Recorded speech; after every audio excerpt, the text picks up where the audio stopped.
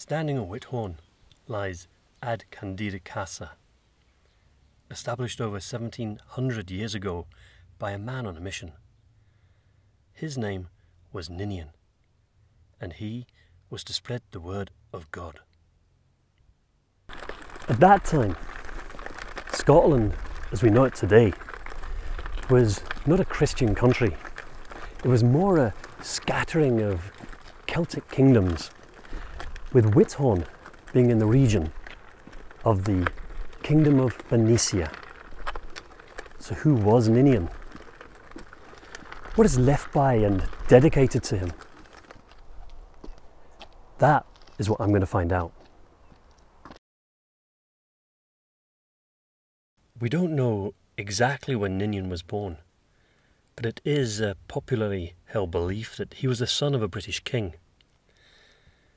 When he was a young man, he was sent to Rome to study the faith, and after many years of studying, he was eventually consecrated a bishop. With his newly acquired knowledge, Ninian returned to Britain. His mission? To spread the word of God and to bring his light to the dark edges of the world.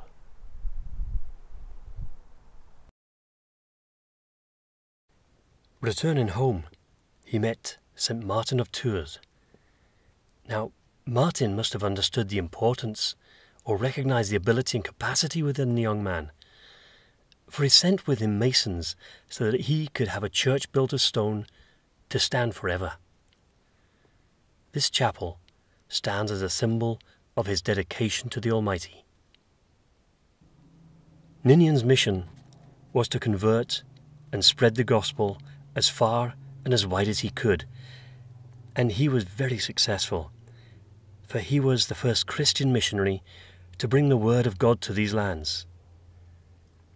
The lands that he operated in were the lands south of the Mount, which are known today as the Grampians, and the people who lived there are known nowadays as the Picts. But Pictland was a large area, covering almost all of the east coast, so the area he converted was known as South Pictland. These were pagan when he arrived, and where he preached, they became Christian. Ninian's message and faith spread far and wide long after his death. And a perfect example of this can be found here. Monymusk, in the northeast of Scotland, was established by men of God, otherwise known as Chaldees.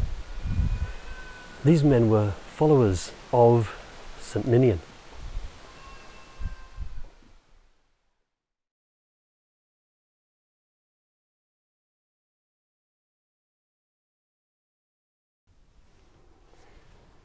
To this day, proof of that early Christian presence can still be found here, in the church.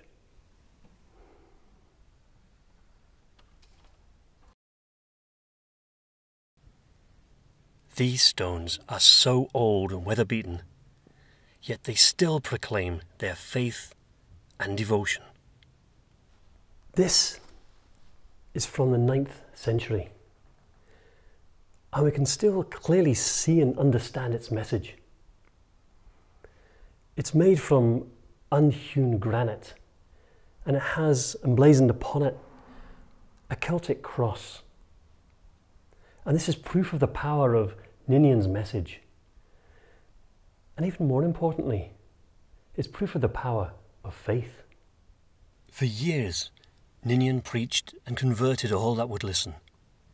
And he accomplished amazing things in his lifetime.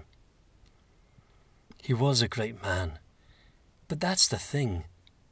This is what he was, a person, just like you or me. And when his limited time on this earth was up, he was taken back to where he started his mission, Whithorn.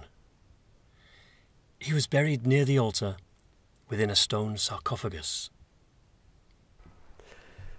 St. Ninian may have died over 1500 years ago, but his memory and faith live on, touching the lives of millions and impacting the church to this day.